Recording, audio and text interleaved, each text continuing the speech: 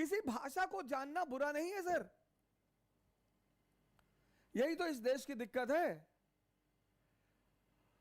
यह इस देश की सबसे बड़ी दिक्कत है।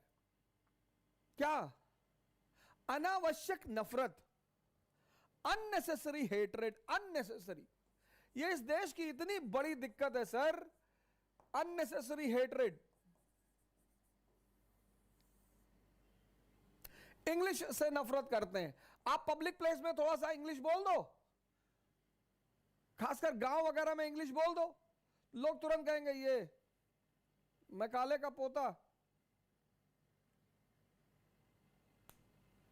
इंग्लिश, किसी भाषा को जानना बुरा नहीं है सर, अचीवमेंट है।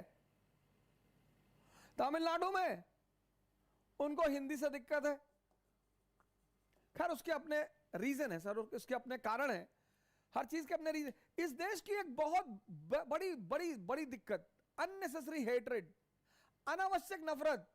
जिन्ना को गाली दिए जा रहे हैं। कुछ जानते हो जिन्ना के बारे में? नहीं नहीं, हम क्या जाने, कौन है ये? अरे तब क्यों गाली देते हो यार? कम से कम गाली दे रहे हो वो अच्छी बात है, दो, जान तो लो।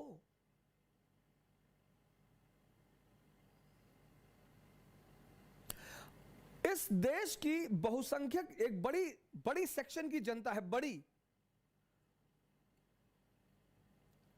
तभी तो कहा हिंदुस्तान भेड़िया धसान।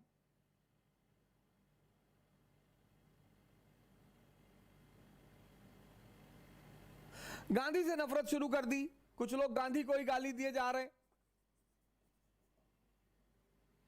क्यों भैया? पता नहीं।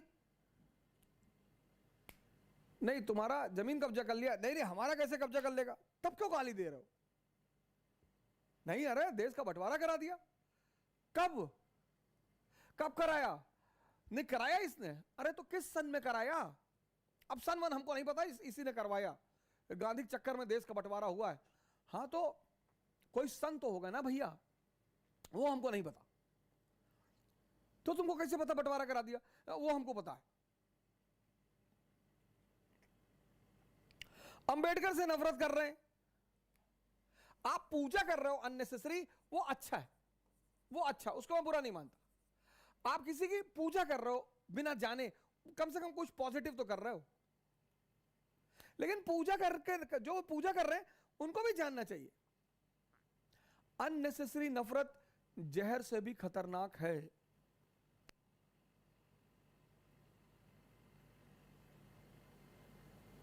ये मेरा स्टेटमेंट कहीं डायरी में लिख लीजिएगा। अननेसेसरी नफरत जहर से भी खतरनाक है, जहर से भी। मोदी से नफरत कर रहे, क्यों भाई? अरे मुसलमानों के पीछे पड़ा हुआ है। कैसे कैसे पड़ा हुआ है? नहीं नहीं, पड़ा हुआ है पीछे, मुसलमानों को खत्म करना चाहता है ये। कैसे? हाँ हमें भी बताओ कैसे। नहीं बस है। अरे भैया तो रीजन तो दे दो, कुछ प्रूफ दे दो, कुछ एविडेंस दे दो, हम भी जान जाएं, हमें भी लगे कि हाँ यार ये आदमी तो एकदम मुसलमानों के पीछे पड़ा हुआ है, खत्म कर देना चाहता है मुसलमानों को। ये मेरी आप सभी लोगों से हाथ जोड़कर विनती है कि अनावश्यक नफरत मत करिए। क्यों? आप जिससे नफरत करेंगे वो आपके अचेतन मन में, सबकॉन्शियस मन में बैठ जाएगा, बैठ जाएगा सर। समझिएगा जो मैं कह रहा हूं। आप जिससे नफरत करेंगे, भाई बहुत सारे लोग हैं जो मेरा विरोध करते हैं, मैं जानता हूं। बहुत सारे लोग हैं जो गाली देते हैं, मैं जानता हूं। मेरे उनसे कोई नफरत नहीं है ही नहीं। मैं तो लिख देता हूं शानदार, जबरदस्त, जिंदाबाद। क्यों? उसकी वजह मैं बता दूं कि जब भी तुम किसी से नफरत करोगे वो तुम्हारे सबकॉन्शियस में आके बैठ जाएगा। जिससे प्यार करोगे वो भी बैठ जाएगा। अब इसका खेल समझ लेना। नफरत और लव, हेट्रेड और लव का कॉन्सेप्ट। जिसको तुम प्यार करोगे जिसको तुम हेट करोगे और जिसको तुम लव करोगे, वो तुम्हारे अचेतन जो तुम्हारा सबकॉन्शियस मन है उसमें वो बैठ जाएगा।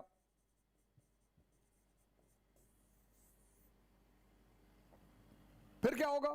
फिर होगा ये कि जब भी वो याद आएगा, अगर हेट कर रहे हो उस आदमी से और वो आदमी याद आ गया, तो तुरंत शरीर में नेगेटिव हार्मोन्स बहना शुरू हो जाएंगे। आप गुस्सा हो जाओगे, आप बबूले हो जाओगे, आप एकदम तिलमिला जाओगे, अंदर से बड़बड़ाने लगोगे, बदला लेना है भाई साहब।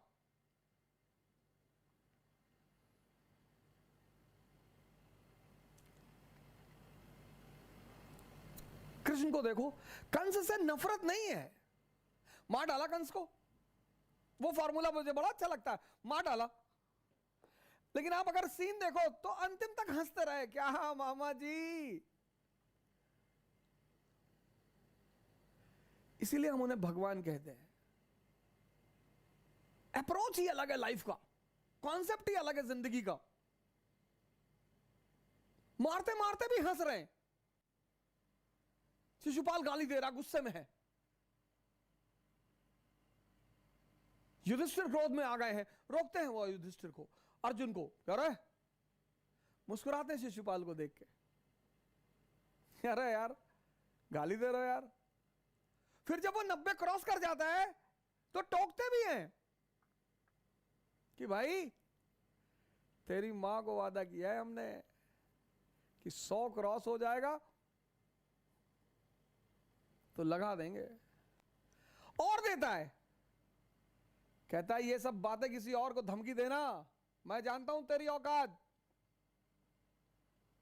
और 100 खत्म हुआ, पिस्टल निकली, उड़ा दिया। जीसस क्राइस्ट कहते हैं लव इज गॉड। क्या स्टेटमेंट है! जीसस क्राइस्ट कहते हैं लव इज गॉड। मैं बहुत दिन तक यह बात समझ नहीं पाया, लव इज गॉड, प्रेम भगवान है। कैसे? तो जिसको आप प्रेम करते हो, जब आप उसको याद करते हो तो पॉजिटिव हार्मोन्स बहना शुरू हो जाता है।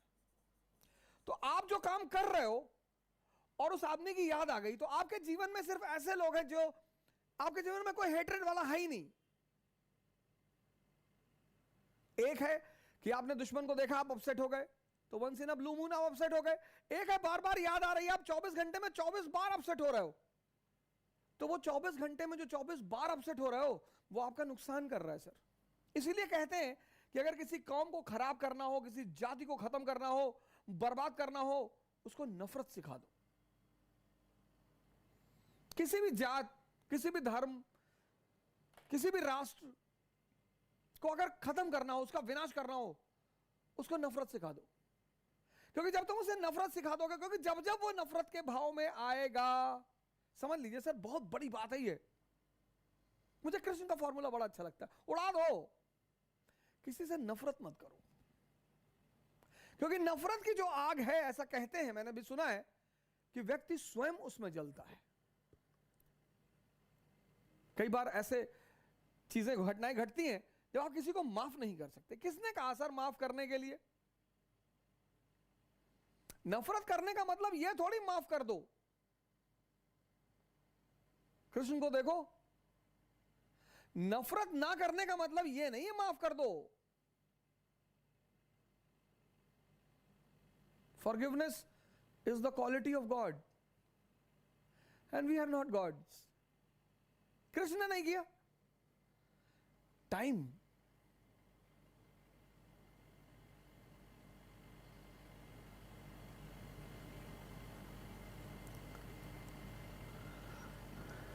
लेकिन माफ करने का मतलब यह भी नहीं है कि तुम उसके स्तर पे उतर जाओ।